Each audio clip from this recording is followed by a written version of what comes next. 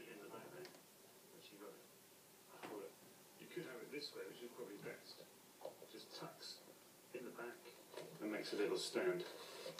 And then it holds it up nicely for you there. Now, GarageBand is the icon with the guitar on, so that's the one we want. You might need to start a new song, which is the plus sign down the bottom. New song. And that will bring up your instruments.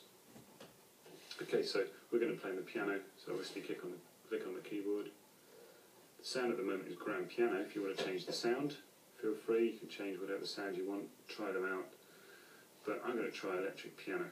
I think that sounds really good for Let It Be. I've got different dials here which I can play with to get different sounds. More like a bell.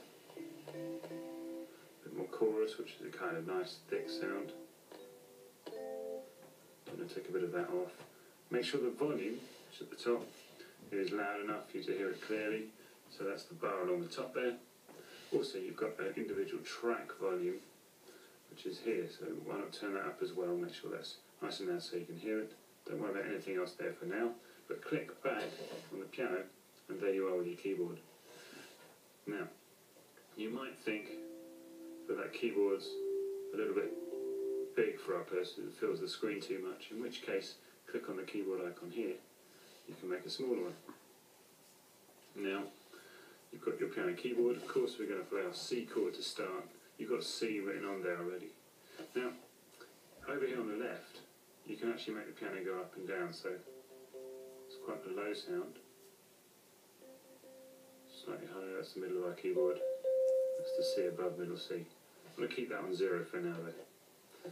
So, here's C, you know, miss one, play E, miss one, play G, and it highlights our C chord there. So we want to play the chords of Let It Be, which you've got on your piece of paper. And we're going to play each one for, as it says, 1 bar, so that's 4 beats. Up the top we've got our transport bar there. And if we click on that, click play, you can see that the control bar here moves along. And that's 1 bar is counted each time, 4 bars, 5 bars. Now, in our section, to begin with, we've got 8 bars along the top, as you can see, and that's all we're going to record for now. If you click on this little jigsaw piece, which is on the top left, you can see it tells us what sections we've got in our songs. Section 8 is 8 bars, and we can add new sections as we go along. We can copy them as well. But for now, we're going to just do our 8 bars, and we're going to record our chord sequence that we've got on our sheet. So everything should be set up now, ready to do that. All we need to do is press our red record button, count 4, and then we're away.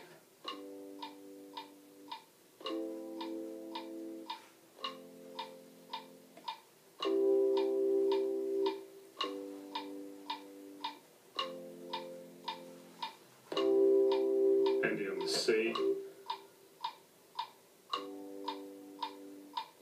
Then you should be able to hear it. Didn't sound right at the start there, let me just check that. So I press stop, rewind, and I press play. Oh, that's okay, it's just the way it was playing it. So there is our 8 bars of chords for Let It Be. Speaking words of wisdom, let it be. Can you hear that nicely? Press stop again. Do you remember our sections? Go back to our little jigsaw. We can duplicate that now because we know that we've got the same chord sequence for the next 8 bars. So we're going to duplicate. And there we go, we've got another section of 8 bars. And it's just repeated it. If you can look now, it's bar 9, bar 10, bar 11, all the way through to bar 16. Now you're wondering how else can we see that song that we've recorded? Up the top here, on the black next to undo at the top, you've got a piano keyboard there, and you've also got some kind of bars there. If you click that one next to the piano keyboard, it flips up and you've got your sequencer there, so you've got your tracks. And it's just showing you section B at the moment. If we go back to our sections, our little jigsaw, you press all sections and you click on the I think it should show you both sections now, bars 1 to 16. Go up and rewind again to the start of the track, and there are 16 bars of chords.